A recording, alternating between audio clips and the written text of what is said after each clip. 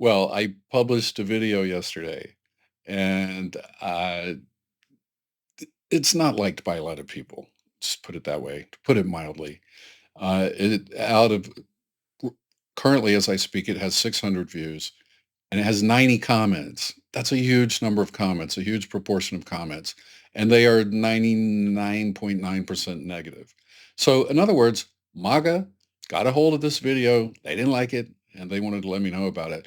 But it turned out to be the perfect example of something I've wanted to talk about and do a video on recently, which is how how how empty their arguments are. In fact, in most cases, they don't even have arguments at all, and they resort to name calling and insults and emotionalism. And I find when you have to resort to insults, it's because you don't have an argument. When you don't have an argument, an insult's the next best thing, right? Well, to me, it's kind of proof they don't have an argument when all they can say are insults. So this is a perfect example of that because there's a bunch of them all in a row, all in one place. So I wanted to do this video on this subject, but to do that, I have to tell you a little bit about the last video, and I'll link to it at the end of this video. I'll put the thing up where at the end of the video where you can click into it if you want to, or if skip ahead to the end of this video and you can click on it in the last 10 seconds. So the video was about Trump sending in federal troops to DC because he claims there's a massive crime wave there. He gave some facts from 2023, some crime figures where it was extremely high. He failed to mention that between 2023 and now, in other words, in 2024 and this year, crime has taken a big nosedive in DC. So there is no crisis there at all. No crisis. So my video pointed out the fact that the top 3 or 4 crime cities in the nation are in the reddest of red states. Okay. There's Memphis, Tennessee. There's St. Louis, Missouri. There is New Orleans. And there is, top of them all, Jackson, Mississippi. All right. Now, all people could latch onto was the fact that I said they're in Republican states. And then they said, yeah, but the mayors aren't Republican. The mayor's a Democrat. They totally missed the point that what I was trying to say and what I was saying is not that who the mayors are. It doesn't matter. The mayor of DC is a Democrat. So I know he's sending them into Democratic cities. That's obvious.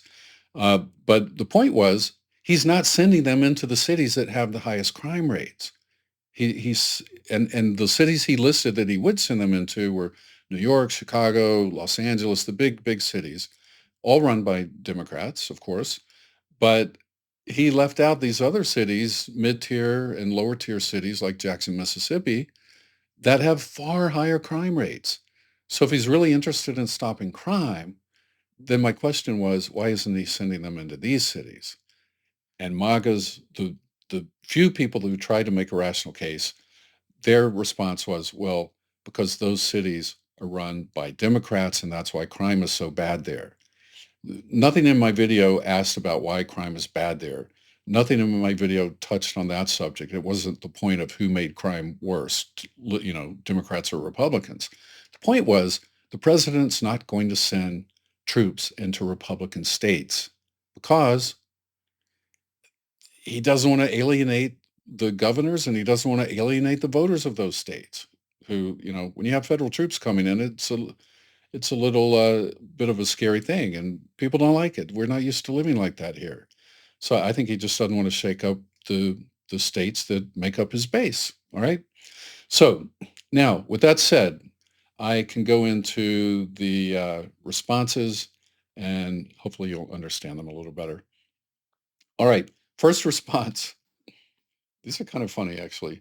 These are the people, the 2 or 3 people who actually tried to make a real argument. The first person said, because those cities are ran by Democrat mayors, okay, the fact the governor may be a Republican has nothing to do with local government mayors of cities. Maybe you should try being honest. Maybe he should try or she should try making sense. Okay, first of all, because those cities are ran by Democrat mayors, okay, because those cities are run by Democrat mayors. So, all right, we'll take that for what it's worth. But the fact that the mayor or the governor may be a Republican has nothing to do with local government mayors of cities. That wasn't even the subject of the video. The subject of the video was, if Trump is serious about stopping crime, why is he sending troops into a city that has a crime rate less than half of what it is in Jackson, Mississippi, and almost half what it is in St. Louis? St. Louis is a big city. I think it's probably bigger than DC. Why isn't he sending them there? That's the question. And these people get off on, well, it has nothing to do with the fact that there's Democratic mayors. I didn't say that. Okay. So this is typical of their arguments when they have an argument. Their argument doesn't make any sense. It just doesn't make sense. It's vacuous. So somebody oh, and look, 9 people like that. So to 9 people, that made a lot of sense. Somebody said, well said. I wonder how long it will be until our comments are removed. Well, guess what? They're still there. I don't remove comments because people disagree. That's what MAGA does. That's called, uh, what do they call that? That's called cancel culture, censorship. They don't like those things, right? But they engage in them. That's why they think everyone else will. But this comment, I'm going to leave it there. I don't care. Okay. Next person says, this is BS. You should be ashamed of yourself. Rational argument, right? Filled with logic, very persuasive. In democratic cities, now watch, they get it wrong again. In democratic cities, the administrations protect the rights of criminals more than their victims. Backing BLM, Antifa, while defunding the police is why many good long-serving officers have quit. Look, I don't argue with a lot of that. I come from a conservative background. I am a conservative. I don't want to defund the police. That was the dumbest thing I ever heard Democrats come out with. That was stupid. Turns out cities that did it no city defunded the police. Some cities took some funds from the police and sent it into some kind of social programs. New York did that. LA did that. Chicago did that. Minneapolis put it on the ballot to do it. And in liberal Minneapolis, that had a Democrat mayor, the voters rejected it. They're like, no, that's a fail. We're not going to have anything to do with that. So even liberal voters know that this is a terrible idea. In the cities that tried it, most of them reversed it shortly afterwards. They were, everybody realized it was stupid. So that went nowhere. Anyway, arrested and charged criminals, including illegal immigrants, are being let loose back on the streets by Soros judges. Okay, they never established any evidence to prove that George Soros, had anything to do with the judges that are there. None. Um, Arrested and charged criminals are being let loose back on the streets. Okay, and he mentions immigrants.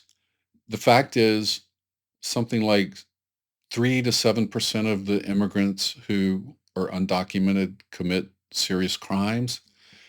What MAGA calls a crime is anything. It's literally anything. It's well, you went 15 miles over the speed limit. That's a crime. You say, well, it's not really a crime. It's a civil violation. Well, it's against the law, right? Well, that makes it a crime. No, that doesn't actually make things a crime. It makes them a civil violation. All right. Okay, so he goes on to say some judges actually assist criminals to escape from ICE officers. That's been alleged and has not been proven ever in a court of law. It's why recruiting figures for law enforcement are low. So, of course, he is targeting mismanaged, Democrat-run, crime-ridden sanctuary cities. When the Democrats organize, fund busloads of anarchists for insurrection and riots, he wants armed troops there to squash them and arrest any survivors.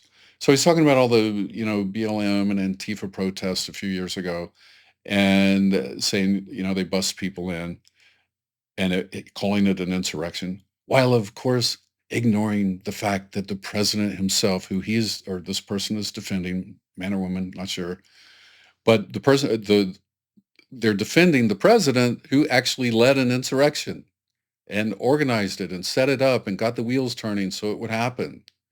It's okay with that. course, in that insurrection, they attacked government buildings. In the Antifa BLM riots or protests of that year, there were attacks on private businesses. Okay, check this out. Republicans don't like business to be attacked. In their book, business is righteous and godly. Um, Government is satanic in their book. So you attack the institutions of the government, they're good with that because to them, government's evil. Business is good.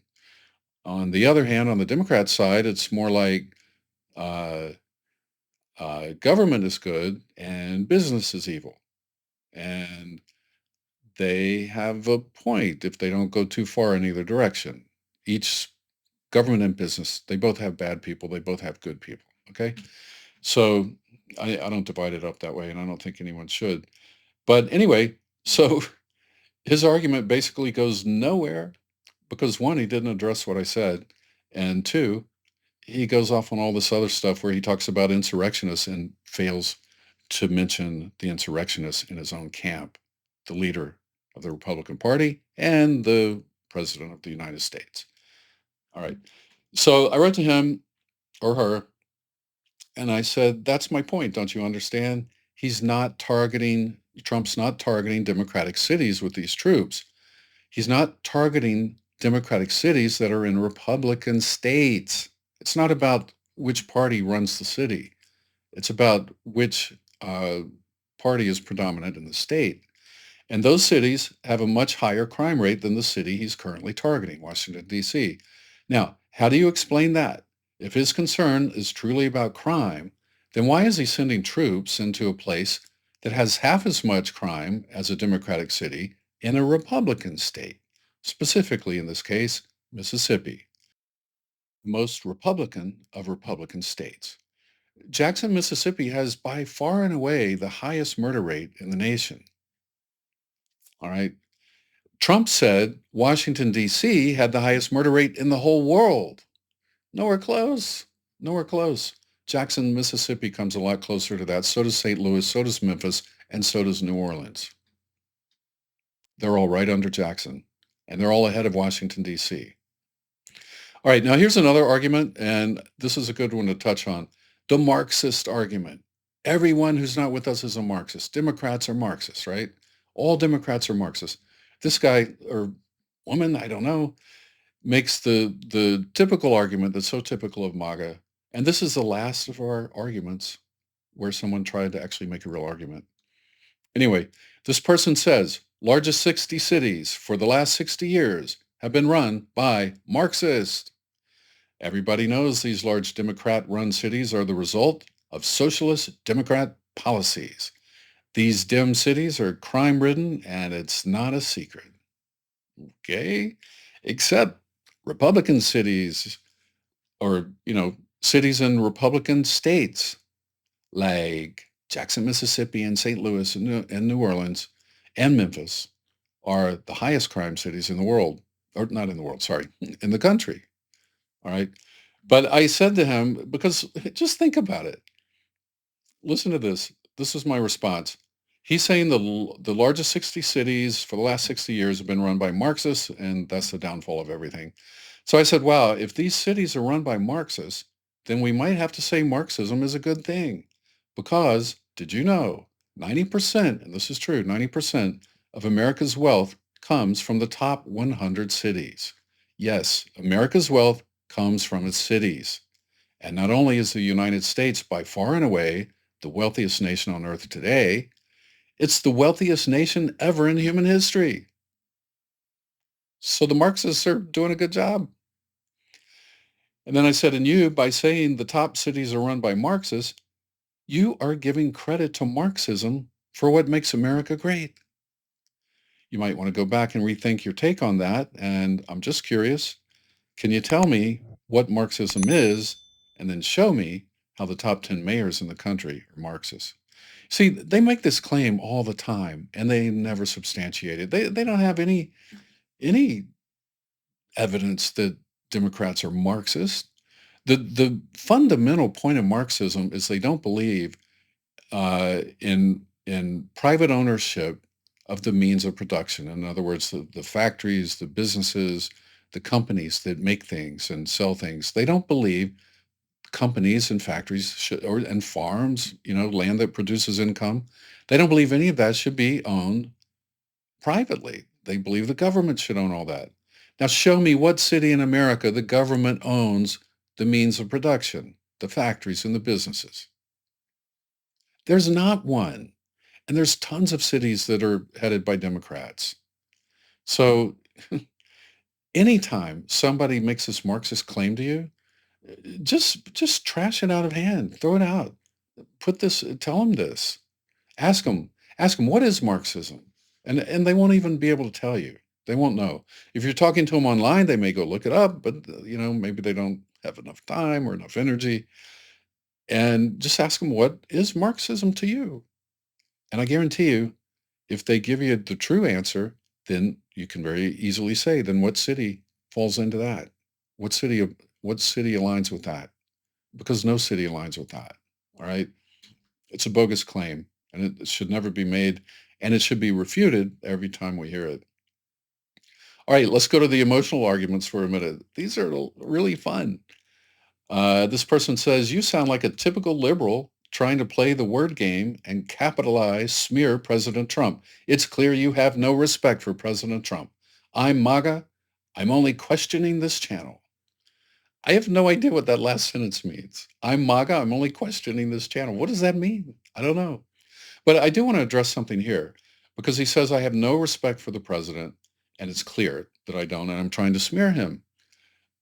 Look, as a Christian, I believe the Bible teaches that God put all people in power. All people who are in power were put there by God. Read the first few verses of Romans 13. That's exactly what they say. And then it goes on to say we should have respect for the people in power because God put them there. So I do have respect for President Trump. In fact, I always call him President Trump because I don't want to get into the name calling game. I don't want to be dishing out like cheap insults like that, like I used to do when Obama was president, and I shouldn't have done it then. But I grow. We grow, we learn in our. Those of you who are Christians in our walk of faith, our faith walk with Christ, we grow and learn, and hopefully mature and get better. And hopefully that's happened in my case. Um, but yeah, so look, I never want to smear the president. To smear the president means you would say things about him that you know to be untrue. I will never say anything about him that I know to be untrue. And I check almost everything I say about him. Any major thing, if I do a video and the subject is whatever it is, I always check if what I'm saying on that subject is true. Okay? If I ever say anything about him that's not true, call me on it and I'll apologize for saying it. That's not how I play. I used to play that way. And I understand if you want to get ahead in politics and you really want to hurt your opposition, that's how you got to play. But I believe in playing this game as a Christian and by, principles and rules laid down in the Bible. So I'm not going to do that. So yeah, to this person who said that, that's absolutely wrong. He cannot find a single place in my video where I smeared the president or where I was insulting or demeaning to him. It's not there. All right, next comment.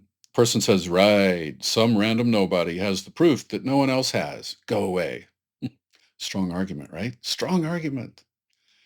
It was about cleaning up the mess Dems created. Dumb mass? Dumb mass. Not sure what that means. Don't sound good. Yeah, I'm kidding. I know what it means. Okay. You're full of BS. Great argument. That's so persuasive. I'm almost about to change my mind on everything now. Trump is living rent free in your empty head. I've heard that literally thousands of times. Since 2015, they've been saying that. It's so, like, it's not an argument. It's certainly not persuasive either, because I have not been persuaded by that particular argument in the last 10 years. I've not changed my mind all that time. That argument goes nowhere. You have zero proof, which makes your long rant a conspiracy theory. Okay. Well, I did provide proof because I showed the statistics of which cities around America have the highest murder rates, and I showed that they are all in Republican states. So, what proof do they want? See, you can offer proof to MAGA, to hardcore MAGA, and it means nothing. They'll just say, well, that's not proof. Guess what?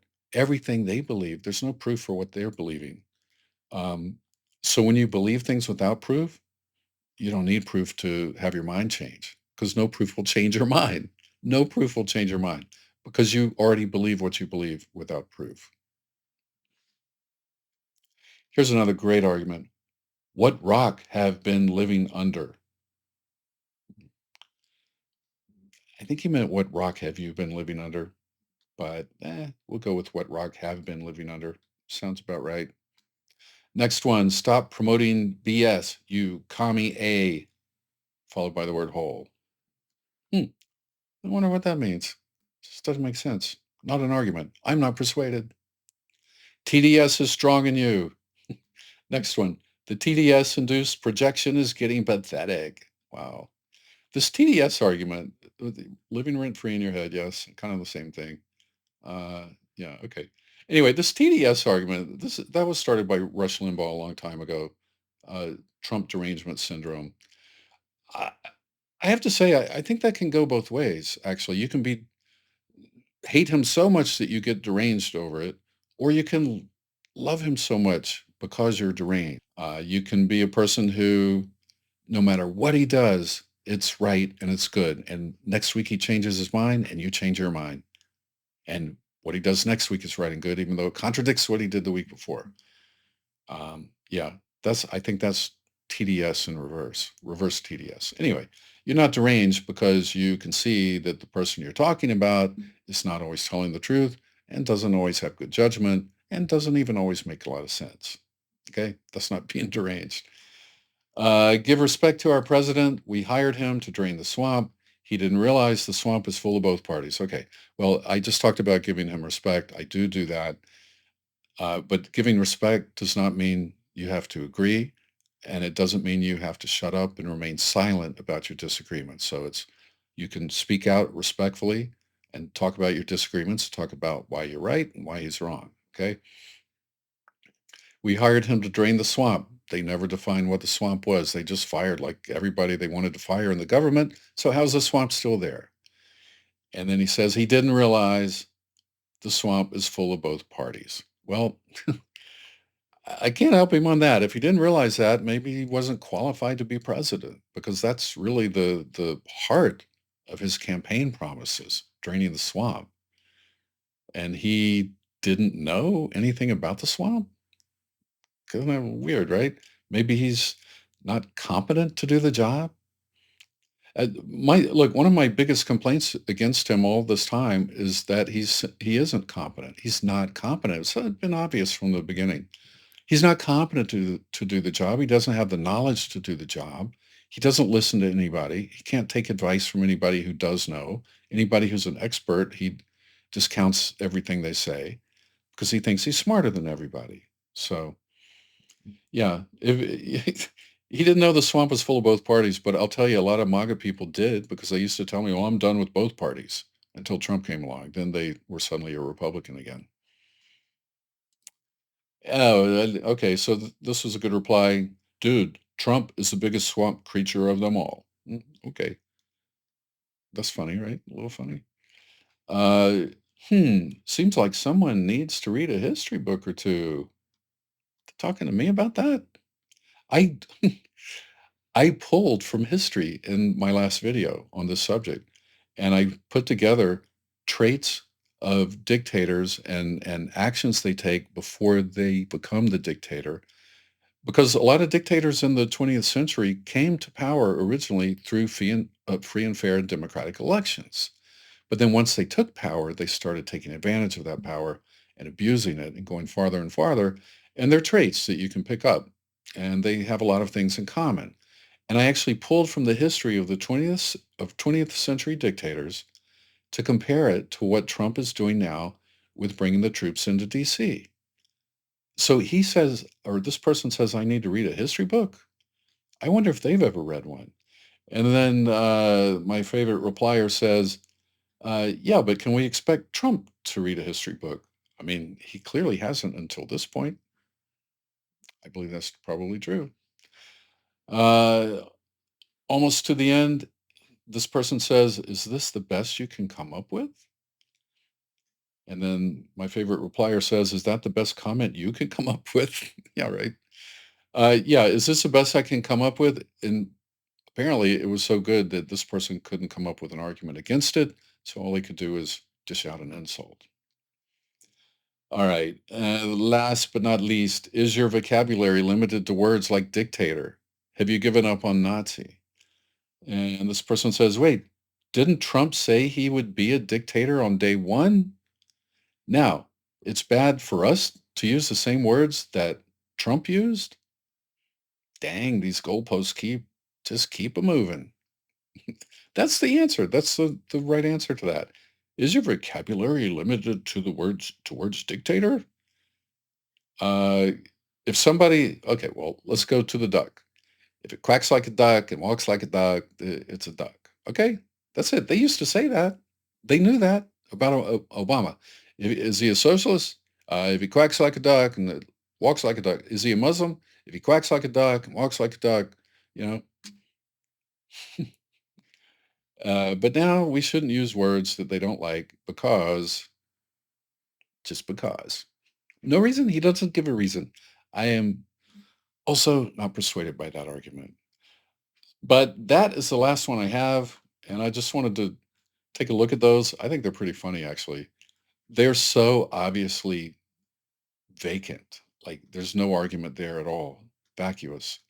And this is what to them are strong arguments.